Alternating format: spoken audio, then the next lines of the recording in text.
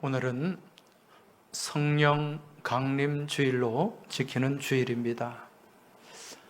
여기서 성령 강림이라는 말은 성령께서 내려오셔서 우리 가운데 임재하셨다, 그러한 의미입니다. 이 성령 강림 사건이 사도행전 2장에 나옵니다. 모순절 마가의 다락방에서 120명의 성도들이 기도할 때, 그때 강하게 성령께서 강림하시고 또 임재를 하신 거지요. 사도행전 1장 12절 이후의 말씀을 보면 이제 예수님께서 승천하신 이후에 많은 제자들과 성도들이 이제 함께 모여서 기도를 하게 됩니다. 그렇게 모여서 기도한 장소가 마가의 다락방이었습니다. 이때 이 사도 베드로가 이제 사람들에게 말을 합니다. 예수님을 팔아넘기고 죽은 가룟 유다를 대신해서 예수님의 부활을 증언할 사람들을 세워야 되는데 누구를 세우면 좋을까? 이제 이런 제안을 하게 되죠. 그때 이제 사람들이 추천을 합니다. 어떤 사람을 추천했는가? 사도행전 1장 22절 말씀에 보면 항상 우리와 함께 다니던 사람 중에 하나를 세워 우리와 더불어 예수께서 부활하심을 증언할 사람이 되게 하여야 하리라 하거늘. 항상 함께 다니던 사람들 중에, 누구와?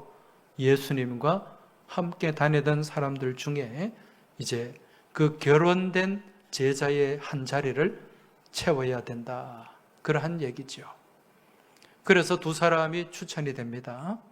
한 사람은 누구였습니까? 유스도라고 하는 별명을 가진 요셉이라는 사람과 또 마띠아가 추천이 되었습니다. 이 유스도는 의로운 자라는 뜻의 이름입니다.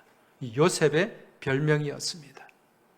그리고 마띠아, 하나님의 선물이라는 뜻입니다. 이제 이 요셉과 마띠아 두 사람이 추천이 되어서 제비를 뽑게 되는데 결국 누가 뽑히게 됩니까? 마띠아가 뽑히게 됩니다. 이제 이 마띠아를 새로운 사도로 뽑은 이후에 약 열흘간 계속해서 기도를 합니다. 그렇게 기도하는 가운데 오순절을 맞이하게 된 거죠. 오순절 날이 이르렀을 때 어떤 일이 일어났습니까? 기도하는 그 자리에 마가의 다락방에 말씀에 보면 강한 바람 같은 소리가 들려옵니다. 휙 하는 그 강한 바람 부는 소리가 들리면서 하늘로부터 불의 혀처럼 보이는 강한 불꽃이, 여러분 이 불이 활활 타면은 불꽃이 막 올라가지 않습니까?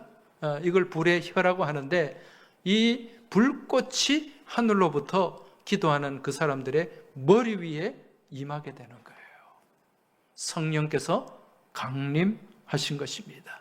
무엇처럼? 불처럼 임하신 거죠. 그때 그곳에서 기도하는 사람들이 모두가 성령의 충만함을 입게 됩니다. 그렇게 성령 충만함 가운데 어떤 일이 일어났는가?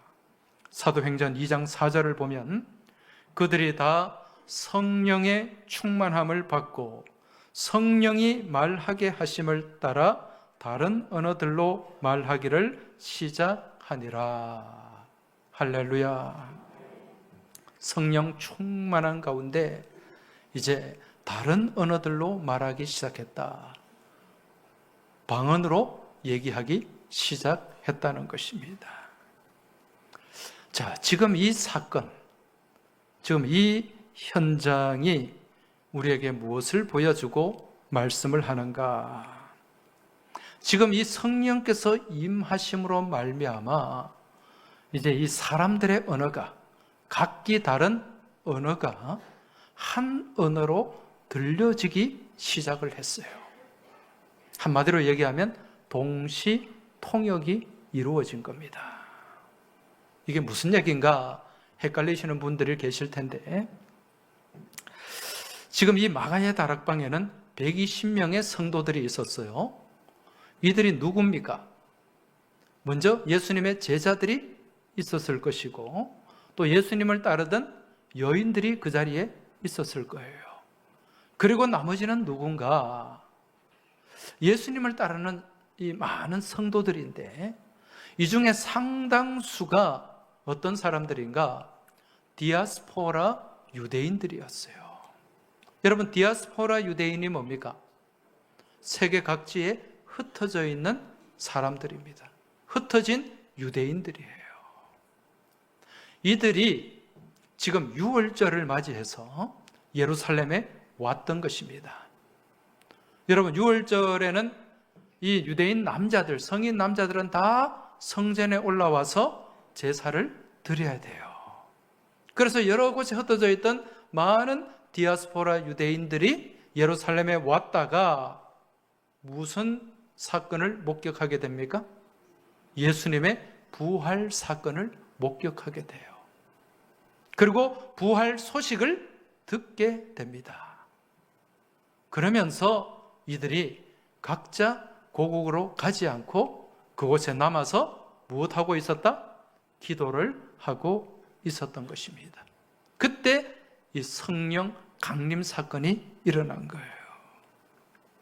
자, 그럼 이 사람들은 다 어떤 사람들인가? 어디에서 온 사람들인가?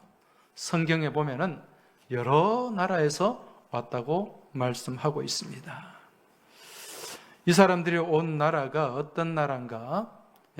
말씀에 보면은 바데 메데 엘람 이란 지역에서 왔어요.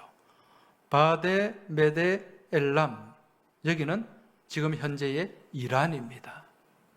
그리고 메소포타미아, 여기는 이라크 지역입니다. 그리고 성경에 보면 갑바도기아, 본도, 아시아, 여기서도 왔다 그래요. 여기는 지금 현재의 튀르키예. 그리고 애굽에서 왔습니다. 이집트죠. 그리고 구레네, 리비아, 여기는 아프리카 지역입니다. 그리고 로마에서도 왔다고 말씀하고 있습니다. 여러분, 이 디아스포라 유대인들은요, 오래전부터 이곳에서 나고 자란 사람들이에요. 그렇다 보니 어디의 언어가 더 익숙하겠습니까? 그 지역의 언어가 훨씬 익숙한 사람들이에요. 그런데 그렇게 각기 다른 외국어를 쓰는 사람들인데 오늘 이 성령께서 강림하심으로 말미암아 지금 이 사도들이 히브리어로 이스라엘 말로 말씀을 전하는데 이들의 귀에는 다 어떻게 들렸다?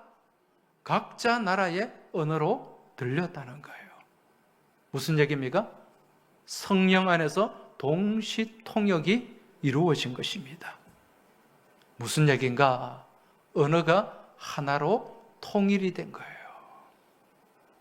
많은 언어들이 통일이 되었다. 여러분, 우리가 살아가는 이 지구상에 여러 나라가 있고 민족들이 있습니다. 각기 쓰는 언어가 다 달라요. 이 지구상에서 사용되는 언어가 모두 몇 개일까? 제가 이 에스놀로그라고 하는 이 세계 언어 정보를 집계하는 그 사이트에서 찾아봤더니 7,168개예요. 지금 전 세계에서 사용되는 언어가 7,168개 언어가 있는데 이처럼 많은 언어, 이 언어로 번역된 가장 많은 언어로 번역된 책이 있어요. 그 책이 무슨 책일까요? 성경책입니다. 보니까 3,600개 언어로 번역된 책이 성경책이에요. 지금 세상에 이처럼 많은 언어들이 있단 말입니다. 7,100개가 넘는 언어가 있어요. 그런데 본래부터 사람들의 언어가 이처럼 많았을까요? 그렇지 않습니다. 처음에는 언어가 하나였어요.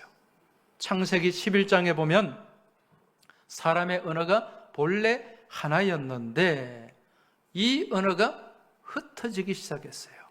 혼잡해지기 시작했어요. 무슨 사건을 통해서? 바벨탑 사건을 통해서. 이 하나님께 도전하는 그 바벨탑을 쌓고 난 이후에 이 사람들이 흩어지게 됩니다. 그러면서 언어가 혼잡해졌다. 이 바벨이라는 말의 뜻이 혼잡이라는 뜻이거든요. 그렇게 혼잡한 언어로 수천 년을 살아왔습니다. 그런데 이러한 언어가 하나로 통일되는 사건이 있었는데 그 사건이 무슨 사건이더라? 오순절 성령 강림 사건이었어요. 그 일이 마가의 다락방에서 일어난 것입니다. 여러분, 오늘 우리가 이 성령 강림 사건을 통해서 우리는 성령님이 어떤 분이신가 이걸 우리가 알 수가 있어요. 성령님은 어떤 분이십니까? 흩어진 것을 하나 되게 하시는 분이다. 흩어지고 깨지고 나뉘어지고 부서지고 분리된 것을 하나 되게 하시는 분, 이분이 바로 우리와 함께 하시는 성령님인 줄 믿으시기 바랍니다. 그래서 사도 바울은 에베소서 4장 2절에서 3절 말씀을 통해 이렇게 권면을 하는 것입니다. 말씀을 보십시오. 모든 겸손과 온유로 하고 오래 참음으로 사랑 가운데서 서로 용납하고 평안에 매는 줄로 성령이 하나 되게 하신 것을 힘써 지키라. 할렐루야. 성령이 무엇 되게 하셨다? 하나 되게 하셨다. 이러한 사실들을 통해서 우리는 성령님은 하나가 되게 하시는 분이다. 여러분, 우리가 오늘 우리 가운데 오신 성령님은 어떤 분이고 또 성령께서 충만하게 살아가는, 성령의 충만함 가운데 살아가는 모습은 어떤 모습인가? 오늘 우리가 이 말씀을 통해서 깨달을 수가 있습니다. 여러분, 성령의 충만함, 우리가 성령 충만함을 받으면 우리 가운데 어떤 모습이 나타날까요?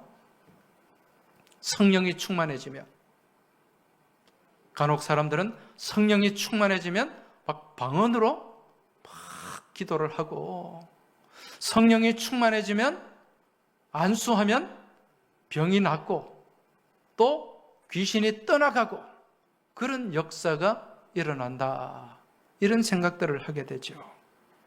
물론 방언 기도를 하고 또 환자가 치유되고 귀신이 떠나가는 그러한 모습 또한 성령의 역사 가운데서 일어나는 사건임은 분명합니다.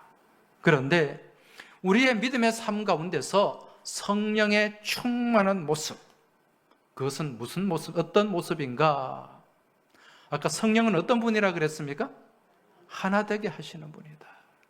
그래서 성령의 충만함이 있다는 것은 주님 안에서 주님과 내가 하나가 되고, 주님의 말씀 안에서 하나가 되고, 또 교회 안에서 성도가 하나 되는 모습, 이게 성령이 충만한 모습이라는 거예요. 그렇게 하나 되는 모습, 성령님은 우리를 하나 되게 하시는 분이기 때문에 그렇다는 것입니다. 여러분, 성령이 충만한 사람은 누구와 하나가 되는 거라고요? 주님과 하나가 되는 거예요. 그리고 말씀 안에 하나가 되는 거예요. 말씀과 내가 따로 사는 것이 아니라 내가 말씀과 하나가 되어서 말씀 안에 살아가는 모습, 이게 성령 충만한 모습이다. 이와 더불어서 교회가 성령이 충만하다. 그러면 그 교회는 어떤 교회일까요? 어떤 모습일까요?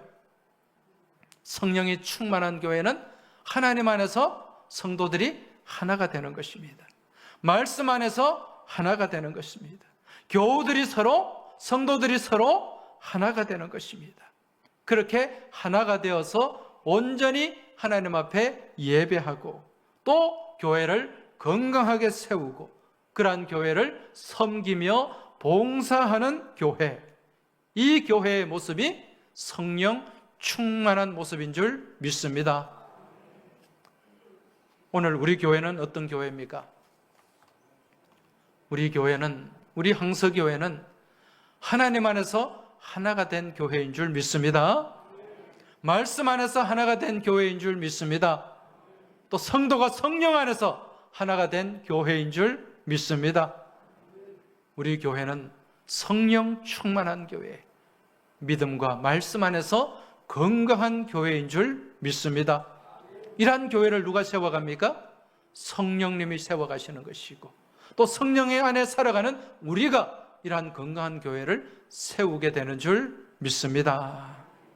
이처럼 주님 안에서 하나가 되고 말씀 안에 하나가 되어서 충만한 삶을 살아갈 때 우리 삶을 통해서 어떤 모습들이 나타나게 되는가, 어떤 일들이 나타나게 되는가, 여러분 이게 핵심이에요. 자, 여기서 충만이라고 하는 말, 충만, 이 말의 뜻이 뭡니까? 가득 채워졌다는 뜻이죠. 가득 채워졌다. 이 충만이라고 하는 말을 헬라 말로 보면은요, 플레오로라는 단어예요. 이 플레오로라는 단어는 가득 채워져서 넘치는 상태. 내 잔이 넘치나이다. 성령 충만함이라고 하는 것은 성령 안에서 흘러 넘치는 은혜가 있다는 거예요. 여러분, 우리가 성령으로 충만하게 되면 자연스럽게 맺혀지고 나타나는 게 있죠. 그게 뭡니까? 성령의 열매입니다. 성령의 열매가 있어요. 몇 가지 열매입니까? 9가지 열매가 있습니다. 갈라디아서 5장 22절, 23절 말씀을 보면 이러한 성령의 열매를 잘 보여주고 있습니다. 오직 성령의 열매는 사랑과 희락과 화평과 오래 참음과 자비와 양성과 충성과 온유와 절제니 이 같은 것을 금지할 법이 없느니라. 할렐루야. 이처럼 우리 안에 성령이 충만하게 되면 자연스럽게 나타나는 것이 무엇이라고요? 성령의 열매이다. 그러한 성령의 열매가 우리 안에 충만하게 되면 그러한 열매의 선한 영향이 우리 삶의 밖으로 흘러가게 된다는 것입니다. 여러분, 성령이 충만한 삶을 살아가는 사람은 선한 것들을 밖으로 흘려보내게 되는 줄 믿습니다. 성령 충만하면 우리를 통해 무엇이 흘러가게 됩니까? 성령의 열매, 사랑이 흘러가게 되는 줄 믿습니다. 성령이 충만하게 되면 우리 안에 희락이 뭡니까? 기쁨이잖아요. 우리를 통해 기쁨이 흘러가게 되는 거예요. 그래서 우리가 가는 자리가 막 다투는 자리, 험악한 자리일지라도 성령이 충만한 주의 자녀가 가면 그 자리가 기쁨의 자리로 바뀌게 되는 줄 믿습니다. 이러한 선한 영향이 나타난다는 거예요. 그리고 또 어떻습니까? 화평. 예. 여러분, 우리는 다 가는 곳마다 트러블 메이커가 아니라 피스 메이커가 되어야 되는 줄로 믿습니다. 가는 곳마다 화목해져야 돼요. 화평의 자리가 만들어져야 된다는 것입니다. 이게 성령 충만함 가운데서 흘러가게 되는 성령의 열매요 은혜인 줄로 믿습니다.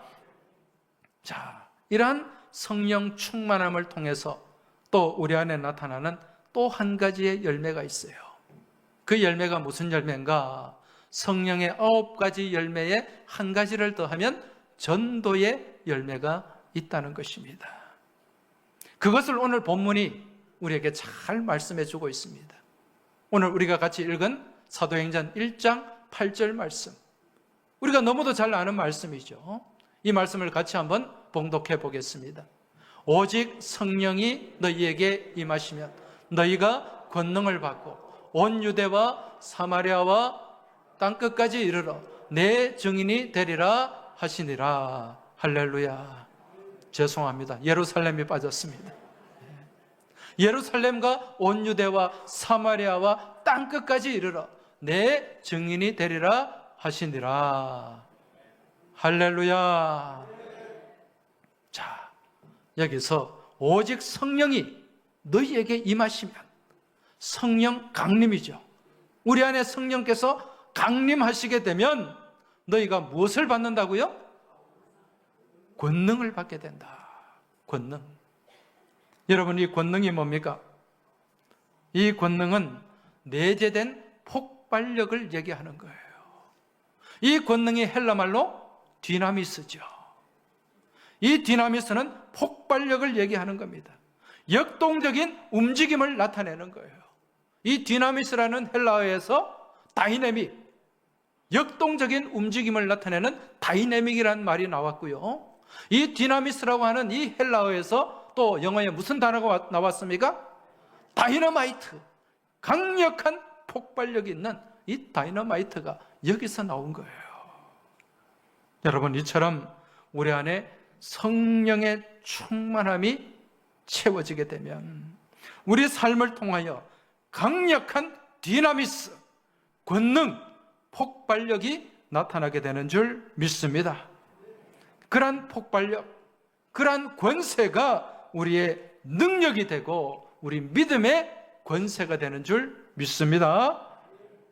그리고 이 권능이라는 말, 디나미스의 어원을 찾아보면요, 디나미아라는 헬라어예요.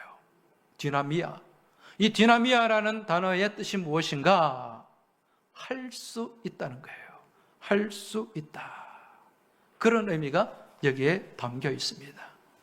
여러분, 우리의 삶이 우리 안에 성령의 권능, 이 디나미아로 충만하게 채워지면 우리 안에 한계를 돌파하는 용기와 능력과 권능이 채워지게 되는 줄 믿습니다. 그 모습이 무엇인가? 할 수 있다는 마음이에요. 마음. 네.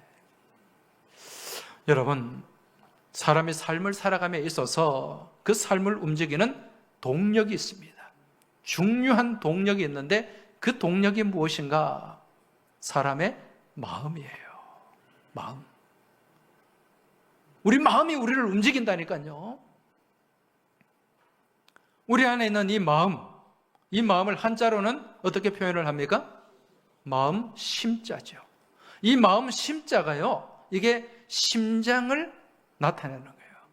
심장의 형상을 본떠서 만든 글씨입니다. 여러분, 심장, 이 심장은 우리 몸에 어떤 역할을 합니까? 온몸에 혈액을 공급하잖아요. 심장이 뛰면서 혈액을 온몸에 공급해줘야 우리가 살 수가 있습니다.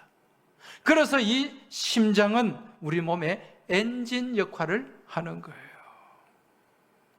이는 사람의 마음 또한 마찬가지입니다. 마음심, 삶을 움직이는 엔진 역할을 마음이 한다는 거예요. 그래서 우리 옛 조상들은 이런 말을 했지 않습니까? 모든 것이 무엇 먹기에 달려있다? 마음 먹기에 달려있다. 그 마음이 우리를 움직이기 때문에, 그래서 사람의 마음을 어떻게 먹느냐에 따라서 생각이 달라지게 돼요.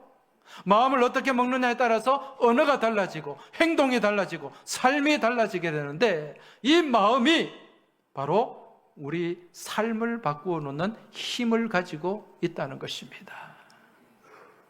여러분, 오늘 본문에서 말씀하는 권능, 이 권능의 어원이 디나미아라고 했죠. 이 디나미아의 뜻이 뭐라 그랬습니까? 할 수 있다. 자, 우리 안에 성령의 권능이 충만해지면 우리를 지배하는, 우리 마음을 지배하는 부정적이고 나약한 마음, 안 된다는 그런 마음이 다 사라지게 되고, 할 수 있다, 하면 된다, 하자, 그런 긍정적인 마음, 믿음의 마음들이 우리 안에 채워지게 되는 거예요. 할렐루야. 이게 바로 권능입니다. 디나미아예요. 여러분, 전도는 바로 이러한 권능으로 감당하는 일임을 깨달으시기 바랍니다. 지금 하나님께서 명령하셨잖아요. 오직 너희에게 성령이 임하시면 무엇을 받고? 권능을 받고 할 수 있다는 그 권세, 믿음을 가지고 예루살렘과 온 유대와 사마리아와 땅끝까지 이르러 내 증인이 되리라. 최종 목적이 무엇입니까? 증인이 되는 거예요. 아까 사도들을 충원했지 않습니까? 왜 뽑았다 그랬어요? 부활의 증인이 되기 위해서, 증언하기 위해서 그 사도들을 새로 충원을 했던 것입니다. 여러분, 전도가 무엇입니까? 예수님의 부활을 증언하는 거예요. 예수님의 살아계심을 나타내는 거예요. 예수 믿고 그 안에 생명이 있음을 증거하는 것입니다. 이것이 바로 전도예요. 이 전도는 무슨 힘으로 감당해야 된다? 내 힘으로 하는 것이 아니에요. 내 입술로 하는 것이 아닙니다.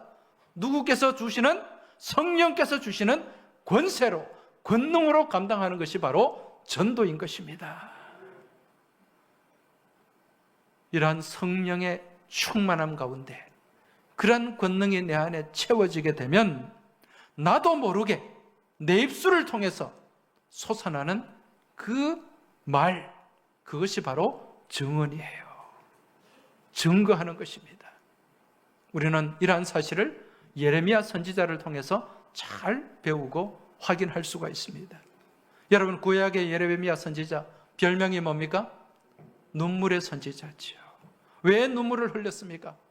하나님 모르고 죽어가는 그 나라, 그 백성들을 바라보면서 그 예레미야가 통곡을 했던 거예요. 예레미야 20장 9절 말씀을 보면은요, 예레미야가 이렇게 고백을 합니다. 내가 다시는 여호와를 선포하지 아니하며 그의 이름으로 말하지 아니하리라 하면 나의 마음이 불붙는 것 같아서 골수에 사무치니 답답하여 견딜 수 없나이다. 예레미야가 어떻게 고백합니까? 내가 여호와를 선포하지 아니하면, 하나님의 말씀을 증언하지 아니하면 내 마음이 불붙는 것 같아서 골수에 사무쳐서 답답하여 견딜 수가 없습니다. 여러분, 이 모습이 바로 성령 충만한 모습인 줄 깨달으시기 바랍니다. 지금 예레미야 선지자는 하나님의 말씀을 전한다는 이유로요, 잡혀가지고 이 제사장 바수울이라는 제사장에게 잡혀가지고 지금 엄청난 매를 맞고 목에는 그 나무로 만든 착고가 채워지고 또 사람들이 많이 다니는 그 성전의 베냐민 문에 거기 묶여 있었어요. 그리고 풀려나게 됩니다. 풀려나면서 이 바수울이 뭐라고 얘기했겠어요? 네 다시는 그러지 마라. 다시는 그렇게 전하고 다니지 마라. 그렇게 얘기를 했겠죠. 그때 예레미야가 뭐라고 얘기합니까? 내가 다시는 여호와를 선포하지 아니하며 그의 이름으로 말하지 아니하리라 하면 내 마음에 무엇이 붙는 것 같아서? 불이 붙는 것 같아서 골수에 사무치니 답답하여 견딜 수가 없습니다. 여러분, 이 예레미야의 고백이 오늘 이 자리에 함께한 여러분과 저의 고백이 되길 주님 이름으로 축원합니다. 여러분, 성령이 충만하게 되면은요, 무슨 생각을 하는가? 내 기쁨을 찾는 것이 아니에요. 내 즐거움을 찾는 것이 아니에요. 성령이 충만하게 되면 누가 기뻐하시는 일을 찾는다? 하나님이 기뻐하시는 일을 찾는 거예요. 왜? 성령이 충만하게 되면 내 생각, 내 의지, 내 방법으로 살아가는 것이 아니라 성령께서 이끄시는 대로 가게 되기 때문에, 갈 수밖에 없기 때문에, 그래서 성령이 충만하게 되면 먼저 무엇을 생각하는가? 내 즐거움을 찾는 게 아니에요. 내 기쁨을 바라보는 것이 아니에요. 내가 하고 싶은 일을 하는 게 아니에요. 누가 기뻐하시는 일? 하나님이 기뻐하시는 일. 이것을 먼저 생각하게 되고 그 일을 찾게 되고 그 일을 하게 된다는 것입니다. 그래서 누가 그 일을 하지 못하게 가로막으면 내 마음에 불 붙는 것 같은 답답함이 생긴다는 것입니다. 이게 바로 성령 충만한 모습인 줄 깨달으시기 바랍니다. 지난 주간 우리가 한 주간을 살았습니다. 이 자리에 계신 우리 교우들 어떤 마음을 가지고 사셨습니까? 한 주간을 살면서 내 즐거움을 찾았습니까? 내 기쁨을 찾았습니까? 내가 하고 싶은 일들을 찾았습니까? 그게 아니면 어떻게 하면 내가 하나님을 기뻐하시게 할까? 내가 무엇을 하면 하나님이 기쁘실까? 이걸 한번 생각하셨습니까? 그 일을 위해 내 삶을 움직이셨습니까? 만약 그러한 마음이 있다면 내가 일주일 동안 살면서 내가 무엇을 통해서 하나님이 기뻐하시는 일을 할까? 그런 마음이 내 안에 있다면, 그런 일을 하고 싶은 그러한 간절한 마음이 있다면 여러분, 우리 안에는 성령이 살아계시는 줄 믿습니다. 여러분, 하나님이 가장 기뻐하시는 일이 뭘까요? 생명 아닙니까? 생명 살리는 일 아닙니까? 그 일이 무슨 일입니까? 전도인 줄 믿습니다. 여러분, 이번 한 주간 성령 충만함 가운데 우리 하나님이 기뻐하시는 일들을 찾으시길 주님 이름으로 축원합니다. 우리 하나님께서 즐거워하시고 우리 하나님이 소망하시는 그 일을 감당하시길 주님 이름으로 축복합니다. 이건 내 힘으로 하는 게 아니죠. 성령께서 주시는 권능으로 하는 일입니다. 여러분, 이 세상을 살아가는 많은 사람들이 꿈이 있고 비전이 있고 로망이 있어요. 여러분, 이 땅을 살아가는 많은 사람들이 갖는 그러한 로망, 이게 뭘까요? 그것은 바로 자기 분야에서 스타가 되는 것입니다. 두각을 나타내는 거예요. 사관학교, 여러분, 사관학교를 졸업하고 ROTC를 마치고 졸업하는 그 장교들이 갖는 꿈이 뭡니까? 임관할 때 무엇이 되고 싶어요? 스타가 되고 싶어하죠. 난 장군이 될 거야. 그래서 소위가 되고 소령이 되고 대령이 됩니다. 그럼 그 대령들이 가장 즐겨 부르는 노래가 뭡니까? 저 별은 나의 별, 이 노래랍니다. 별이 되고 싶은 거죠. 어디 군인들만 스타가 되고 싶어 합니까? 배우들은 어떻습니까? 음악의 스타가 되길 원하죠. 가수들도 스타 가수가 되길 원하고, 작가들은 스타 작가가 되길 원합니다. 강사들은 스타 강사가 되길 원하고, 셰프들은 스타 셰프가 되길 원하고, 또 유튜버들은 스타 유튜버가 되길 원해요. 스타 교사가 되길 원하고, 스타 주부가 되길 원하고, 스타 아빠가 되길 원하고, 스타 목사가 되길 원합니다. 여러분, 이처럼 세상을 살아가면서 사람들 가운데 빛이 나고 두각을 드러내는 그런 스타가 되길 원하는데, 여러분, 그런 스타들이 영원한 스타가 있습니까? 없습니다.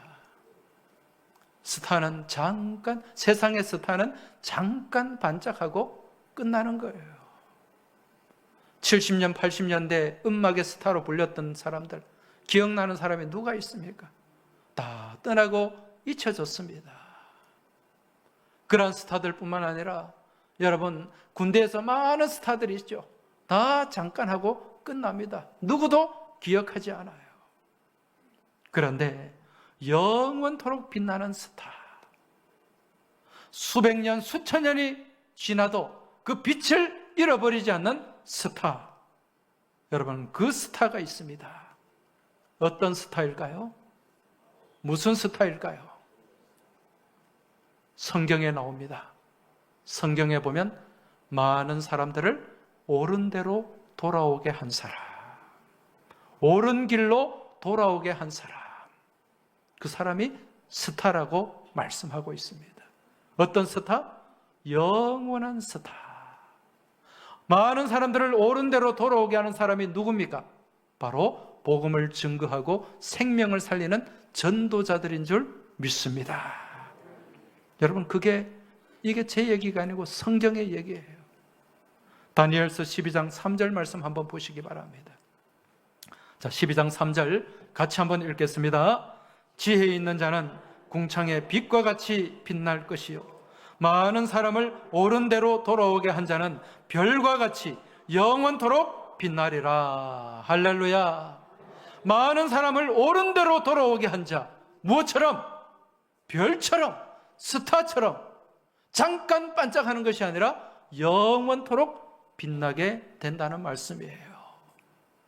바라기는 이 자리에 계신 모든 교우들 스타가 되시길 주님 이름으로 축원합니다. 세상의 스타가 아니라 하늘나라 스타가 되시길 축복합니다. 그래서 잠깐 반짝하다가 사라지는 스타가 아니라 영원토록 빛나고 영원토록 기억되고 영원토록 우리 하나님께 칭찬받는 영원한 스타가 되시길 주님 이름으로 축복합니다. 이제 우리가 그러한 영원한 스타가 되길 소망하는 마음으로 우리가 같이 찬송하며 기도하며 나아가겠습니다.